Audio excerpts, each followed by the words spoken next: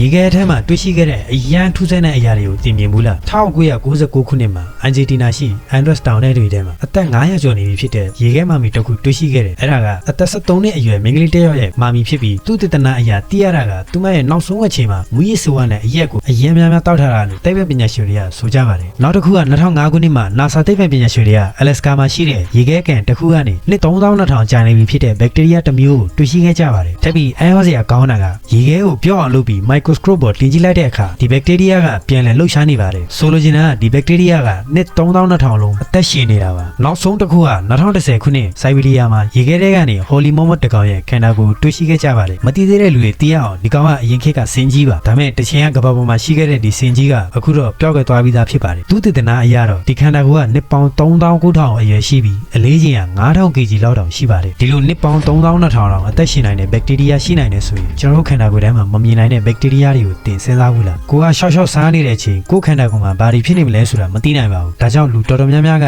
ကိုယ်ခန္ဓာကိုယ်မေးဆိုင်ဖို့ဒီဆေးဖက်လေးကိုတောက်ကြပါတယ်ကျွန်တော်ကိုယ်တိုင်လည်းတောက်ပါတယ်ဒီလက်ဖက်ရည်ဆေးဖက်ဝင်အရွက်9မျိုးပါပါတယ်ပြီးတော့ဒီလက်ဖက်ရည်အစာချေးဖို့ကူညီပေးတယ်ကိုယ်ခန္ဓာကိုယ်ပေါ့ပါတယ်လို့ခံစားရတယ်ကိုယ်ခန္ဓာကိုယ်တောက်ပါလာတယ်လို့ခံစားရတယ်တင်လဲကိုယ်ခန္ဓာကိုယ်ဂေးဆိုင်ချင်တော့ဒီလက်ဖက်ရည်ကိုတောက်တင်ပါတယ်နောက်ဗီဒီယိုမှာတွေ့ကြစို့ Thanks for watching